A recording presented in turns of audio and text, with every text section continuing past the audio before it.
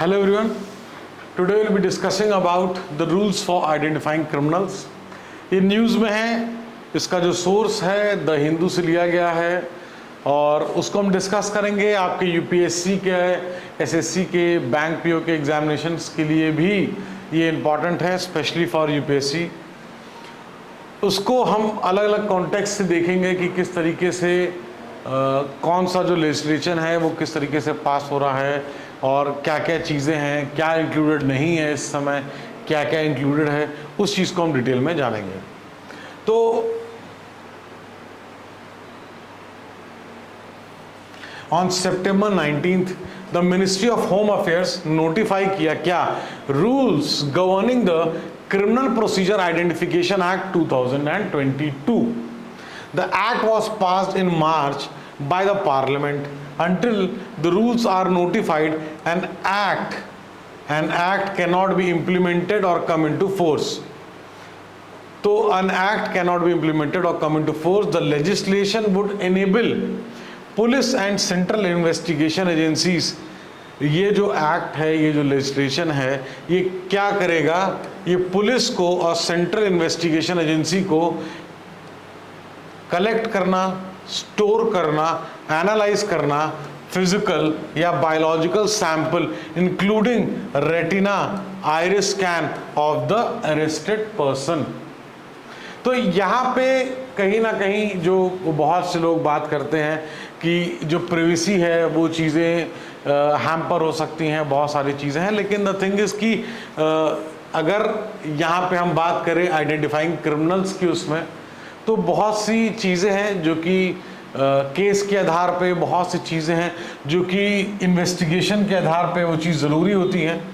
तो उसके हिसाब से हम देखेंगे प्रोस कॉन, सारी चीज़ें हम मेंशन करेंगे कि किस तरीके से उस चीज़ को हमको करना है, और इसमें हमको उतने ही डिटेल में जाना है जितना हमारे यूपीएससी के एग्ज़ाम के पर्सपेक्टिव से इम्पॉर्टेंट है। तो what is the legislation about? The act seeks as to repeal the Identification of Prisoners Act of 1920, which is over 100 years old now. तो the act seeks to repeal, important है ये पूछ सकता है ये लाइन देके कि ये एक्ट क्या, इसको रिपील करने की, तो आपको पता होना चाहिए। The act seeks to repeal, yes, identification, कौन सा?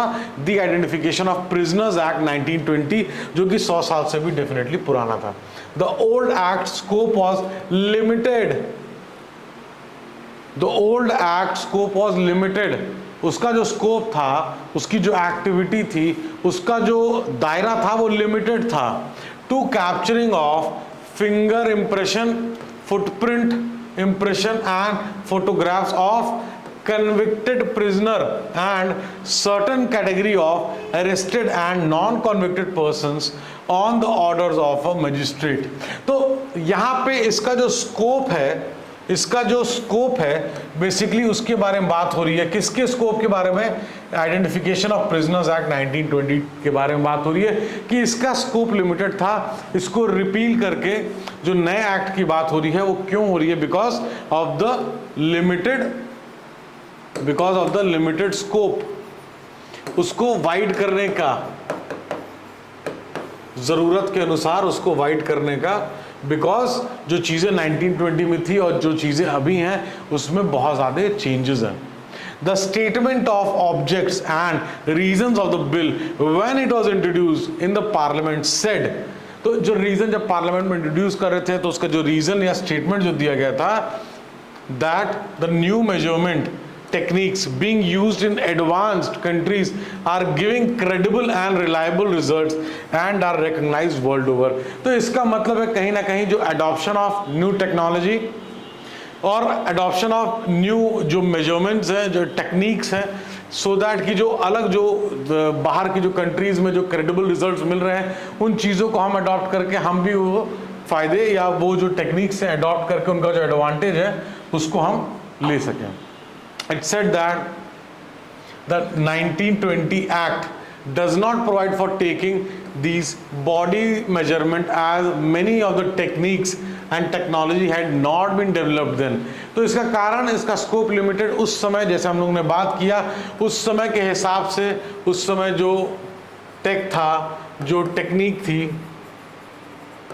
जो टेक्नोलॉजी, टेक्निक, सारी चीज़ें, storage of the data, everything was very very different when it compares to आज के टाइम पे। तो उस समय जो चीज़ें थी उस समय के हिसाब से था, लेकिन अब बहुत सी चीज़ें डेवलप्ड हैं, तो जो स्कोप है उसको और वाइडर करना है। इसलिए the act empowers a magistrate to direct any person to give measurements which till now was reserved for convicts and those involved in heinous crime. तो यहाँ पे जो मजिस्ट्रेट की पावर की बात हो रही है, जो चीज़ें उसका जो एम्बिट है उसको और ओपन करने की बात हो रही है। It also enables the police up to the rank of head constable to take measurement of any person who resists। अगर कोई पर्सन रेजिस्ट कर रहा है, रिफ्यूज मना कर रहा है, तो जो हेड कांस्टेबल है उसको जो है वो पावर दे दी जाती है कि up to the rank of head constable to take measurements. अगर कोई रेजिस्ट या रिफ्यूज कर रहा है मेजरमेंट देने के लिए। तो as per the rule measurement, यहाँ पे हमने कई बार वर्ड यूज किया मेजरमेंट। तो मेजरमेंट क्या क्या इंक्लूड करता है ये चीज देखें। तो मेजरमेंट इंक्लूड्स क्या? Finger impression, palm print, footprint, photographs, iris and retina scan, physical, biological samples and their analysis, behavioral attribute including the signature, handwriting and any other examination referred to in section 53A Code of Criminal Procedure 1973। तो अगर कोई major important है, in fact very important है, measurements क्या क्या include करता है, ये जो पॉइंट आ सकता है, और कहीं ना कहीं इसमें से कोई एक ऐसी चीज़ डाल देंगे जो उसमें नहीं है और कंफ्यूज कर देंगे आंसर को लेके। तो कंसर्न है कुछ उसके मिसयूज़ का, जैसा हम लोग ने पहले बात करी थी कि कुछ हर चीज़ के एक प्रोज एंड कॉन्स होते हैं, तो इसमें भी क्या है उस चीज़ को हम डिस्कस करेंगे। When the bill was debated in parliament March में, अपोजिशन मेंबर जो थे इसको क्या कहे? अनकॉन्स्टिट्यूशनल, और इसको क्या कहे? Attack on privacy, as it allowed the record of sample of even political detainees. तो पॉलिटिकल डिटेनीज का भी सैंपल का जो रिकॉर्ड है उसको मेंटेन करने की वजह से उन लोगों ने अनकॉन्स्टिट्यूशन और अटैक ऑन प्रिवेसी की बात कर दी। However the rule notified in September state कि sample of those detained under preventive sections such as 107, 108, 109, 110, 144, 145, 151 of the CRPC shall not be taken unless such a person is charged or arrested in connection with other punishable offense also। तो अगर ये जो exception जो है, ये exception आपको याद होना होगा कि अगर detained under preventive sections, preventive sections के अंदर अगर कोई डिटेन्ड है such as 107, 8, 9, 10, 144, 145, 151 of the CRPC, तो फिर अगर कोई अनलेस पर्सन कोई और भी चार्ज है, कोई और भी पनिशेबल ऑफेंस जो अंदर एनी अदर लॉ है, नहीं तो उनको जो है चीज़ें जो अरेस्ट है उन कनेक्शन का ऐसा नहीं है कि उनका भी सैंपल लिया जाएगा। तो यहाँ पे जो एक्सेप्शंस हैं उसको भी देखना है, और बहुत सारी चीज़ें हैं जो कि स्मॉल हैं लेकिन एग्जाम के पॉइंट ऑफ व्यू से इम्पॉर्टेंट है। It can also be taken if a person has been ordered to give security for his good behaviour for maintaining peace under section 117 of the said code for a proceeding under the said section। The rule do not mention the procedure to be adopted for convicted person। तो जो rule है does not mention क्या? the procedure to be adopted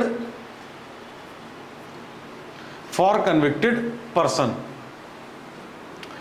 NCR national crime record bureau की अगर बात करें, under the ministry of home affair one stop agency होगी जो कि स्टोर करेगी, प्रिजर्व करेगी डेटा।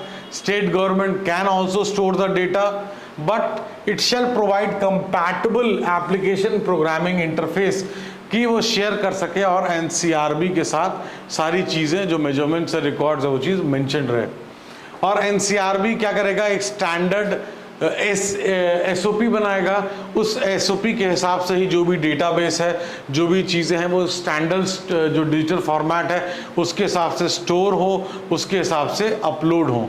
और डिस्ट्रक्शन की अगर बात करें, उस जो रिकॉर्ड है उसको ख़त्म करने की बात करें, तो अभी yet to be specified by the NCRB, और state that request for destruction record shall be made to the nodal officer, जो कि अपॉइंटेड होगा by the respective state government.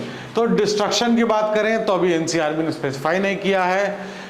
Rules ये कहते हैं कि द स्टेट रिक्वेस्ट कर सकता है, destruction should be made to the nodal officer, तो नोडल ऑफिसर को जो है उसका रिक्वेस्ट करना होगा। तो इसमें जो चीज़ें हैं आपके एग्ज़ाम के पॉइंट ऑफ व्यू से तो डेफिनेटली इम्पॉर्टेंट है, और क्वेश्चंस कहाँ से आ जाएंगे नो वन नोस। बहुत ज़्यादा डिटेल में मुझे नहीं लगता कि आपको इसमें जाने की ज़रूरत है, बट जो चीज़ें आपके सिलेबस से ओवरलैप करती हैं डेफिनेटली उसको हम डिटेल में पढ़ेंगे ही, और जो चीज़ें करंट अफेयर्स में हैं उसको हमको करंट अफेयर्स के हिसाब से चीज़ों को प्रिपेयर करना है।